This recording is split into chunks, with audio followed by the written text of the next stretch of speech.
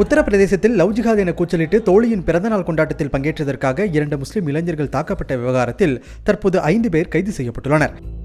PTI செய்தி முகமையின்படி கடந்த சனிக்கிழமை இரவு உத்தரப்பிரதேச மாநிலம் பரேலியில் உள்ள கஃபே ஒன்றில் நர்சிங் மாணவி ஒருவர் தனது பிறந்தநாள் விழாவை கொண்டாடியுள்ளார். இதில் 2 முஸ்லிம் இளைஞர்களும் கலந்து கொண்டனர்.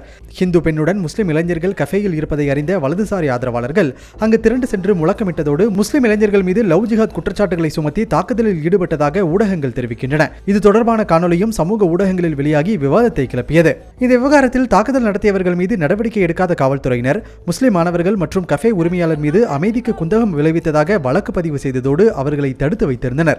இதற்கு கடுமையான விமர்சனங்கள் எழுந்த நிலையில் அவர்கள் தற்போது விடுவிக்கப்பட்டுள்ளதாக தகவல் வெளியாகியுள்ளது. அதே நேரம் பாதிக்கப்பட்ட இளைஞர்கள் அளித்த புகாரின் பேரில் தற்போது 5 பேர் கைது செய்யப்பட்டுள்ளதாக காவல்துறை தெரிவித்துள்ளது. முஸ்லிம் இளைஞர்கள் மீது தாக்குதல் நடத்தப்பட்ட விவகாரத்தில் குறைந்தது 25 பேர் மீது வழக்கு பதிவு செய்யப்பட்டுள்ளதாகவும் அதிகாரிகள் தெரிவித்துள்ளனர்.